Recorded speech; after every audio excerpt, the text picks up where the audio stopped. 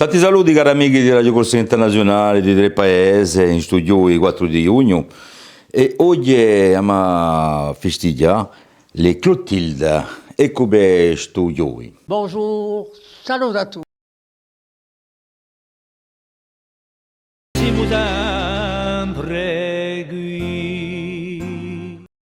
Voilà, un grand bonjour à vous tous donc pour ce jeudi 4 juin sur Tre Paese et sur Radio Corsa Internationale.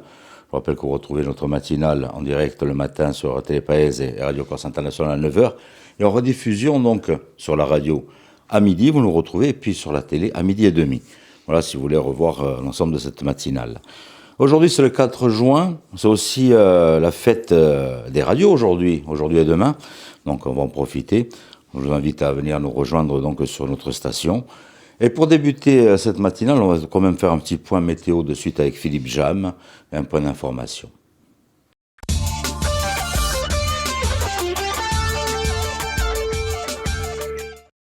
Bonjour Auguste, bonjour à toutes et bonjour à tous. Le soleil sera bien présent ce jeudi, même si souvent voilé par des nuages d'altitude. Quelques nuages traverseront également le ciel, quelques nuages plus bas. Dans le sud de l'île, le vent d'ouest sera encore assez fort aux extrémités de l'île, avec des rafales atteignant en matinée 65 km/h. Il faiblira ensuite. Les maximales de ce jeudi en mi-journée, 24 à 27 degrés en général, 19 degrés sur le relief.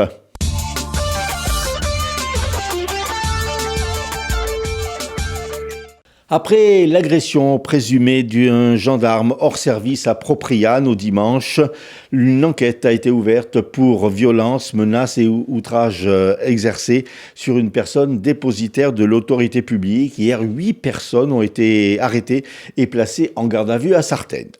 L'auteur présumé des tirs survenus dimanche sur un automobiliste près de la plage de Moriagne en Haute-Corse a été placé en détention provisoire. Une enquête pour tentative de meurtre avait été ouverte et confiée à la brigade de gendarmerie de Ghisonaccia. L'auteur présumé, présenté en comparution immédiate, a été placé en détention provisoire en attente de son audience prévue en juillet. Selon les premiers éléments de l'enquête, les tirs contre l'automobiliste seraient liés à une altercation qui avait eu lieu plus tôt à Moriani-Plage dans la journée de dimanche. Les maires de Zonza et de Conca, les frères Jacqui et François Bartoli, ont été déférés au parquet de Bastia hier dans le cadre de la liquidation judiciaire de la paillote La Siesta à Conca. Une enquête diligentée par le pôle économique et financier régional. Placés sous contrôle judiciaire avec l'obligation de s'acquitter de cautionnement de 20 et 30 000 euros, ils seront jugés fin juin pour abus de faiblesse, banqueroute, organisation frauduleuse, d'insolvabilité, blanchiment et recel de banqueroute. 3 autres personnes seront également jugées pour recel et blanchiment du délit de banqueroute dans ce dossier. Mobilisation hier à Sartène d'élus et d'habitants pour dénoncer le transfert annoncé par la direction des activités de distribution de la Poste vers une nouvelle plateforme à Taveria. Pour le maire Paul Félix Benedette, il s'agit là d'un recul du service public dans sa ville. 12 agents affectés à la distribution du courrier et des colis sont en effet concernés par ce projet. La direction de la Poste assure que le bureau de poste, lui, restera bien ouvert, le bureau de poste de Sartène, et continuera d'assurer ses autres missions, telles envoi du courrier et des colis, opérations bancaires, retrait d'argent ou encore accueil de la clientèle. Une rencontre a eu lieu dans la journée entre Paul Félix Benedetti, le maire, et un représentant de la Poste, mais d'autres réunions sont prévues dans les prochaines semaines. Ce week-end, le Salon du Livre Corse va s'installer à Allot, dans les Bouches-du-Rhône, les 5, 6 et 7 juin. L'association des éditeurs de Corse et la Maison de la Corse de Marseille y organisent en effet une manifestation intitulée Lire la Corse, Leia Corsica. 3 jours de rencontres, de conférences, de projections, d'animations et de dédicaces autour de la création éditoriale insulaire. L'événement réunira plus de 30 auteurs et intervenants ainsi que 10 maisons d'édition autour de la littérature, de l'histoire, de la langue, du patrimoine, des sciences naturelles, de la jeunesse ou encore de la bande dessinée.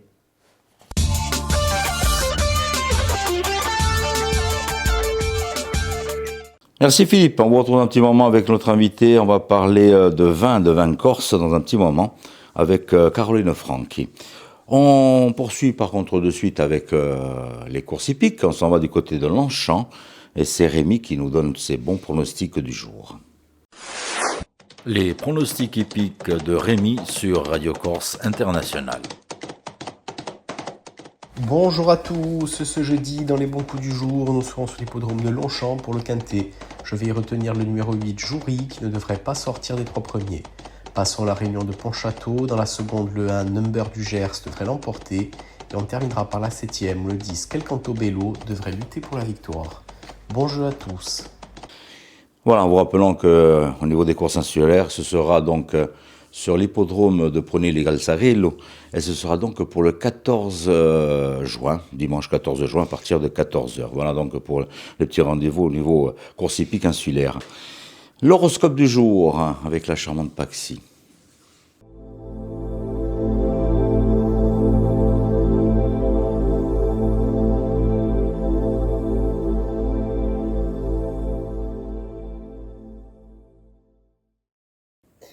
Et bonjour à tous, on se retrouve pour ce jeudi pour voir un petit peu ce que l'on a à vous dire.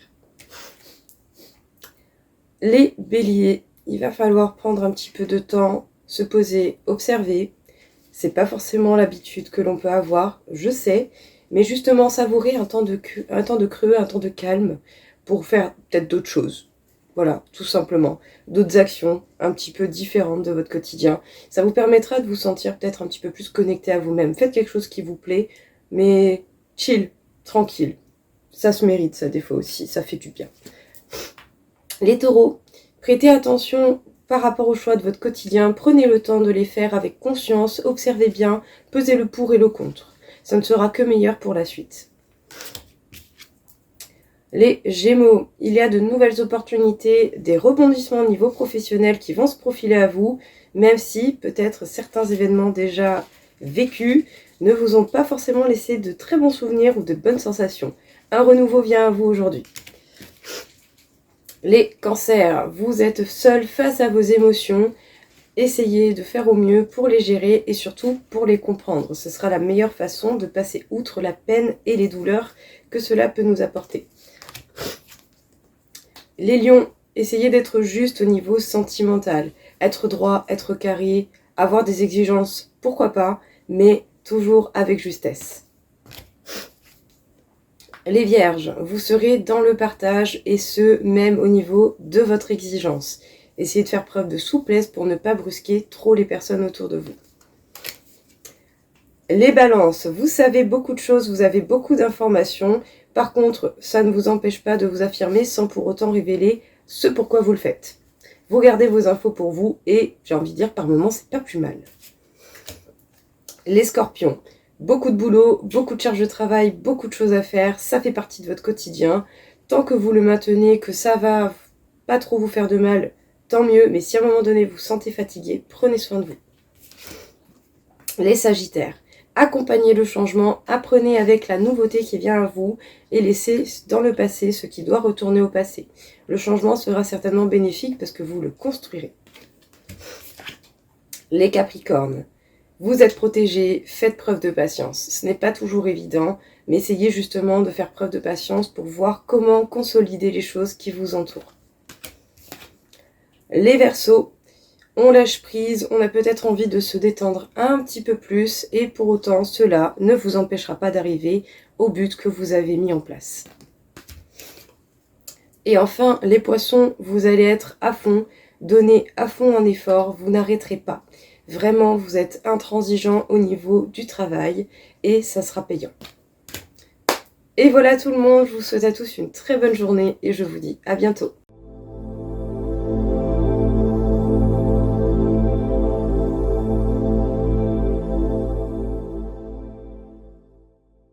Invité du jour, Caroline Franck, qui est responsable donc du CIV. On va parler donc de la nuit du millésime, donc qui se déroulera donc ce dimanche du côté donc du musée de Bastia. Voilà notre invité du jour donc pour parler donc de cette manifestation. Invitée aujourd'hui Caroline Franck, qui est directrice générale du Conseil interprofessionnel des vins de Corse, pour nous parler de la nuit du millésime qui va se dérouler ce dimanche 7 juin à partir de 19h30 au Palais des Gouverneurs de Bastia.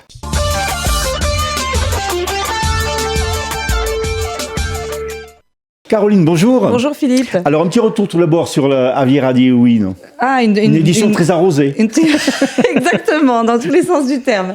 Un peu de déception sur le dimanche, mais pourtant ça avait plutôt bien démarré avec le grand banquet le vendredi soir qui a été un vrai succès. Et le samedi, une influence quand même assez sympa, assez importante, la journée surtout, avec pas mal de monde qui est venu déguster et voir les vignerons et pas mal d'achats faits avec le drive qui a très bien fonctionné. Donc on est plutôt content. Dimanche aurait pu être une belle journée s'il n'avait pas plu. Après, bien sûr, là, on n'est pas maître de la météo. Alors ce dimanche, il fera beau ce dimanche? J'ai pas regardé, je suis trop stressée. Oui, normalement il fera beau. Donc on va déboucher de nouveau les crues insulaires avec cette nuit du millésime, qui est un autre rendez-vous incontournable, même si il n'y a pas eu d'édition ces 2 dernières années. Oui, on avait fait un petit stop justement pour l'itinérance de la Fiera di Uino et sa relance. On avait besoin un peu de se poser parce que ça a été quand même un gros travail de redynamisation de cette foire. Donc on avait décidé de mettre la nuit millésime un petit peu en pause et on profite cette année de la 3e année de la foire qui devient maintenant rodée pour relancer l'année du millésime à Bastia au Palais des Gouverneurs. Alors, quelle différence y a-t-il entre la foire du vin et cette nuit du millésime? Alors c'est 2 événements très différents. La foire du vin, ça a un côté très foire, je dirais, agricole, très grand public où les gens peuvent se balader, acheter. Il y a des artisans, il y a des vignerons, enfin, etc.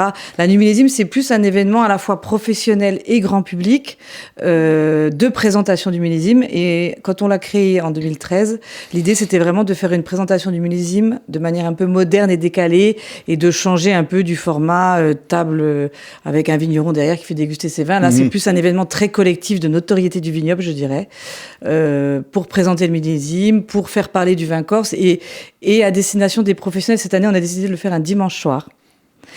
Justement pour que les professionnels aient plus de facilité à venir, à prendre du temps pour rencontrer les vignerons, etc.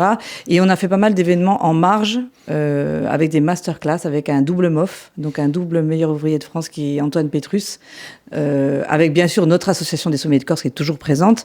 Mais on a fait venir un peu une tête d'affiche cette année, avec une première masterclass ce dimanche à 11h30, ouvert à tout le monde, dans les jardins du musée, sur la place des vins corses dans le monde viticole français. Force et tendance. Et après, on fait focus pour les professionnels avec une masterclass à 15h30 sur comment optimiser ces cartes des vins, comment mettre en valeur les vins corses, générer plus de chiffre d'affaires, être plus pointu, etc. Donc ça, 15h30 aussi au musée. Suivi de la dégustation avec les vignerons, 45 vignerons présents cette année à la nuit. C'est à 17h. À 17h. Dans la cour du musée. Dans la cour du musée. Justement, c'est un cadre prestigieux aussi. Oui, vraiment. Enfin, le cadre aussi fait beaucoup sur cette soirée. C'est important pour nous d'être dans un cadre comme le musée de Bastia. C'est vrai que ça fait aussi tout le charme de cette soirée. Puis il y a autre charme, c'est la vente aux enchères. Et la vente aux enchères, oui. À 18h30. À 18h30. Comment ça se passe alors? C'est des vieux millésimes, c'est ça? Vieux millésimes, donc plus vieux millésime 87 et grand contenant aussi. Donc une vente aux enchères animée par Antoine Pétrus, Romain Icardi et Doumé Perrette, qui seront nos sommeliers corses aussi présents, dans les jardins du musée. Donc c'est la première fois qu'on fait une vente aux enchères pendant la nuit du millésime. On est très content de la mener. On espère que le public sera présent pour répondre à cette vente. Alors, quand on parle de vieux millésime, ça veut dire que ça remonte à quand? 87 le premier. D'accord. Oui, donc ça fait quand même... Ça fait quand même vingtaine d'années. 40 ans, pardon. De rouge, rosé ou c'est... C'est blanc et rouge. Blanc et rouge, hein. Oui, blanc et rouge, on a... Alors, il y aura 40 vignerons, c'est ça? Oui, quasiment 45 vignerons cette année. Qui donc viennent on est de partout. Toute la Corse, toutes les appellations, présents pour ce rendez-vous incontournable. On est content on a une bonne affluence, notamment au niveau des professionnels qui s'inscrivent et qui sont contents d'être là. Je pense que c'est vraiment important aujourd'hui d'avoir ce lien entre les professionnels, les vignerons, l'interprofession et de montrer que, en travaillant ensemble, je pense qu'on ira plus loin. Alors, vous disiez que il y avait des professionnels, mais est-ce que le public peut venir quand même? Alors donc après, 19h30, ouverture de la soirée, donc au grand public amateur de vin. Donc là, le grand public est essentiellement invité par nos partenaires. On a 25 partenaires cette année présents, partenaires fidèles, nouveaux partenaires qui, eux, ont des lots d'invitations qu'ils distribuent à leurs meilleurs clients. Et le grand public peut aussi acheter des places cette année sur le compte Instagram ou à la Maison des Vins de Corse. Il en reste une 50aine de disponibles. Donc là, après, ouverture à 19h30 pour le grand public avec des animations, un pianiste, une violoniste, pas mal d'animations autour des photos, dégustation, des sommeliers présents aussi pour faire des ateliers et bien sûr, pas mal de bars gastronomiques pour faire des accords mets et vins. À consommer avec modération. Tout à fait. C'est ce dimanche 7 juin, donc à partir de 19h30, au Palais des Gouverneurs de Bastia. Qu'est-ce qu'il y a ensuite? Il y a encore d'autres projets? Après la Foire du Vin, après le millésime. Oui, alors on a une année riche en événements, mais on va essayer de continuer parce que je pense qu'il faut être dynamique en ce moment et qu'il faut qu'on continue à communiquer. Normalement, on devrait refaire notre tournée de Just Rosé avec notre camion itinérant et nos sommeliers cet été. Donc mettre plutôt animé sur le rosé cet été. Et puis après, à la rentrée, on continue Lyon, Nantes et le Canada en projet. Ah oui, vous viendrez avec votre camion ici, comme ça on en parlera. Exactement. Merci beaucoup, Caroline. Philippe. On rappelle donc que cette nuit du millésime, donc ce dimanche 7 juin, à partir de 19h30 au Palais des Gouverneurs de Bastia. Merci beaucoup. Merci.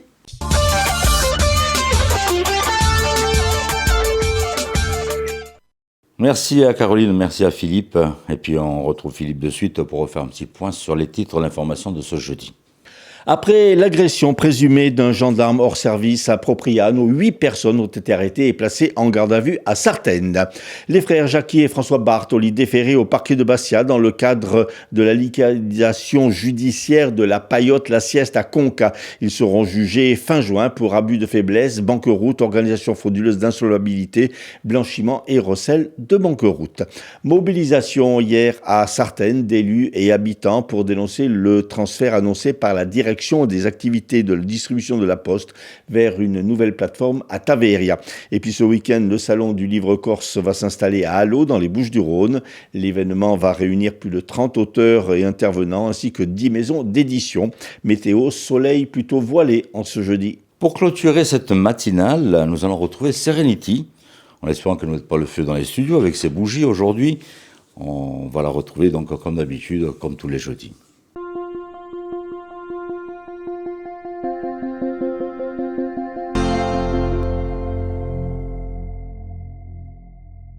Bonjour à tous, cette semaine je vous retrouve pour parler des bougies, oui, mais des bougies colorées ce coup-ci.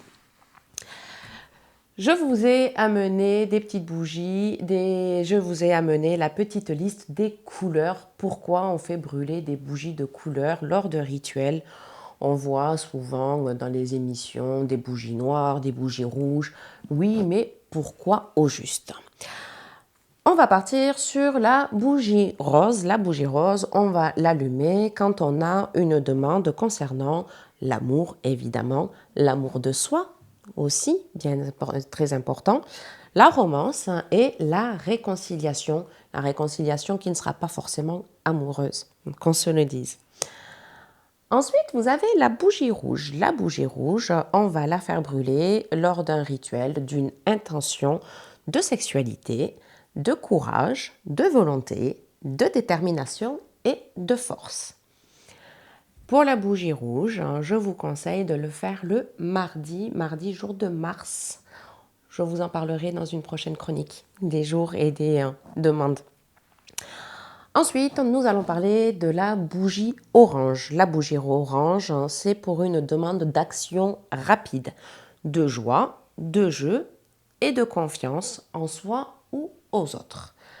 Pour les demandes concernant les bougies orange, je vous conseillerais de le faire le mercredi. Ensuite, nous allons parler de la bougie jaune. La bougie jaune, on va l'allumer quand on va faire une demande de charme, de persuasion, si l'on souhaite avoir de nouvelles idées ou avoir un peu plus d'assurance. On l'allume également pour surmonter des blocages mentaux. Des fois, on fait des petits blocages comme ça. Et quand on veut un petit déblocage, allumer une bougie jaune, ça aide. Je vous conseillerais pour la bougie jaune de le faire le dimanche. Nous allons partir sur la bougie bleue.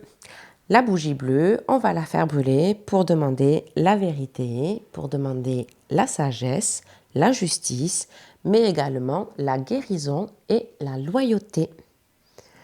Pour la bougie bleue, j'aurais tendance à vous conseiller de la brûler le jeudi. Partons sur La bougie verte. La bougie verte, une de mes préférées. On va demander le succès, l'abondance, l'argent et la bonne chance. Le vert, le trèfle à 4 feuilles. Pour toutes ces demandes-là, j'aurais tendance à vous conseiller de le faire je bloque, ça y est, je vais vous dire des bêtises. Pour le vert, c'est le vendredi. Le violet. Le violet, c'est une couleur un petit peu particulière. On va la brûler pour des demandes de manifestation psychique. On l'allume également pour la méditation. On est plus sur une bougie de couleur pour la spiritualité. Ensuite, la bougie noire, celle qui fait souvent peur quand on voit une bougie noire. Non, on ne va pas parler de magie noire. La bougie noire, elle est faite pour vous protéger. On l'utilise également pour le bannissement, donc le bannissement des énergies négatives, des jalousies et des envieux, et également pour éliminer tout ce qui va être négativité.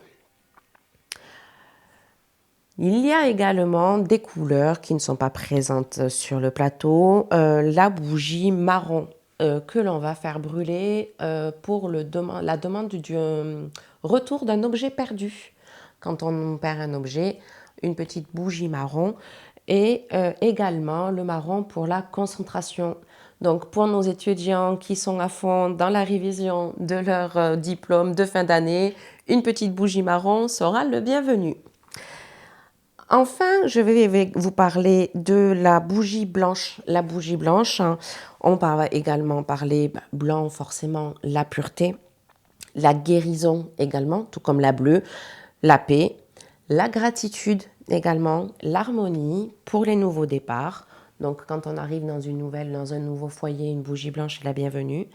Pour la demande de fertilité également. Vous avez le mélange du noir et du blanc. On va avoir le gris. Donc, le gris, c'est pour des demandes d'équilibre.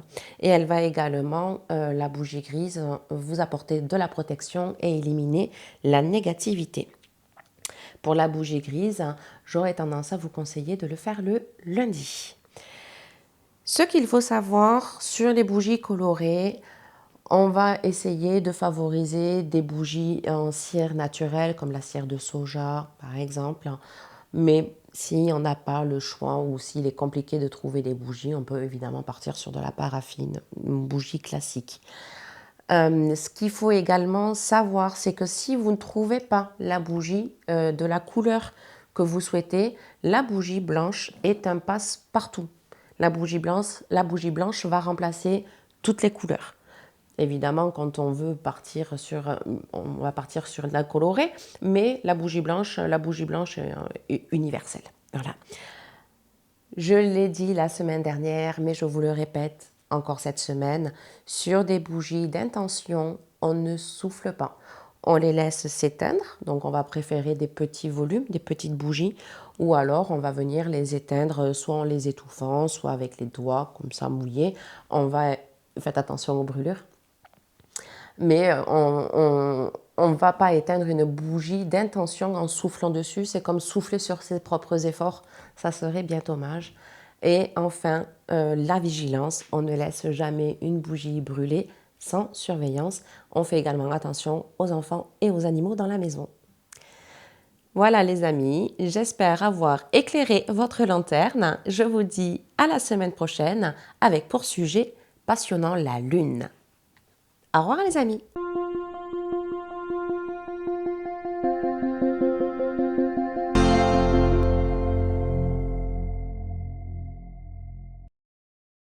Voilà, grâce à Dieu, on avait un extincteur, on a sauvé les studios, ils n'ont pas pris feu. Merci Serenity, on la retrouvera jeudi prochain pour d'autres chroniques. Voilà, un grand merci d'avoir passé ce petit moment en notre compagnie sur Télépaèse et sur Radio Corse International. Le petit rendez-vous, ce sera donc pour demain matin, même heure, même antenne. Tenez-vous, tegeli domani. Bonjour, salut à tous. Si vous